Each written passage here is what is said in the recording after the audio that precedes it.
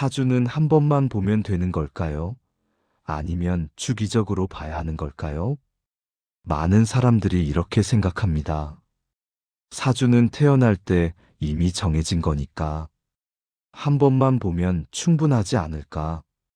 이미 내 사주 구조는 변하지 않는데 굳이 또 볼 필요가 있을까? 하지만 명리는 사주를 그렇게 단순하게 보지 않습니다.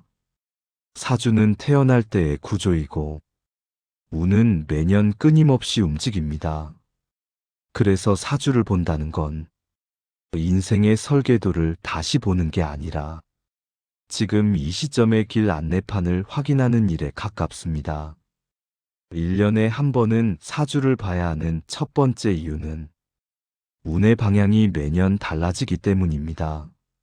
사주는 변하지 않지만 대운과 세운은 계속 변합니다. 같은 선택이라도 어느 해에는 통하고 어느 해에는 막힙니다. 작년에 잘 되던 방식이 올해는 이상하게 안 풀리고 예전에는 괜찮던 사람이 갑자기 부담스럽게 느껴지는 이유도 여기에 있습니다. 사주는 무엇을 할 수 있는 사람인지를 알려주고 운은 언제 그걸 써야 하는지를 알려줍니다.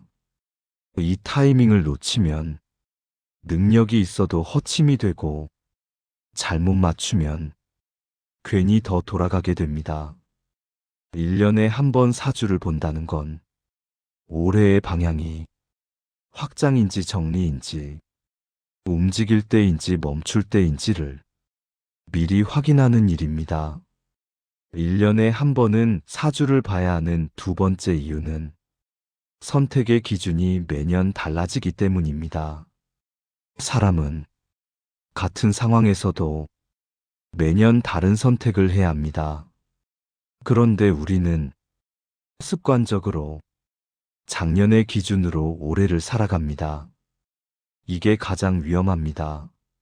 사주적으로 보면 운이 바뀌었는데 기준을 바꾸지 않으면 사람은 계속 어긋난 선택을 하게 됩니다.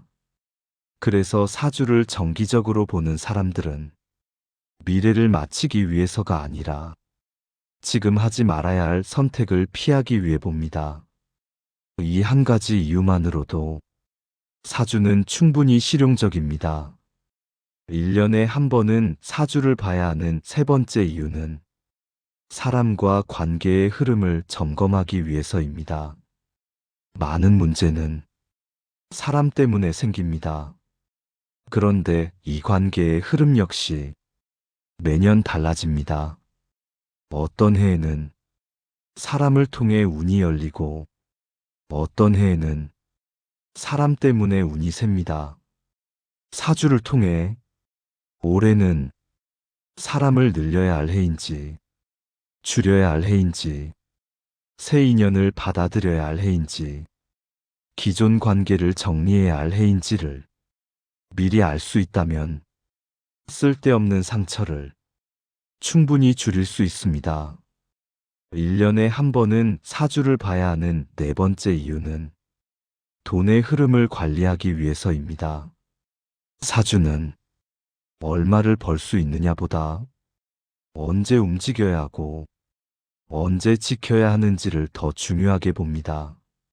어떤 해에는 돈을 벌기보다 지키는 게 맞고 어떤 해에는 지출이 늘어도 장기적으로 남는 해가 있습니다. 이걸 모르고 매년 같은 방식으로 돈을 쓰면 운을 거슬러 살게 됩니다. 사주를 정기적으로 보는 사람들은 이걸 직감이 아니라 구조로 판단합니다. 그래서 큰 사고를 피합니다. 1년에 한 번은 사주를 봐야 하는 마지막 이유는 지금의 나를 점검하기 위해서입니다. 사주는 미래만 보는 도구가 아닙니다. 오히려 지금의 상태를 가장 정확하게 보여주는 거울에 가깝습니다.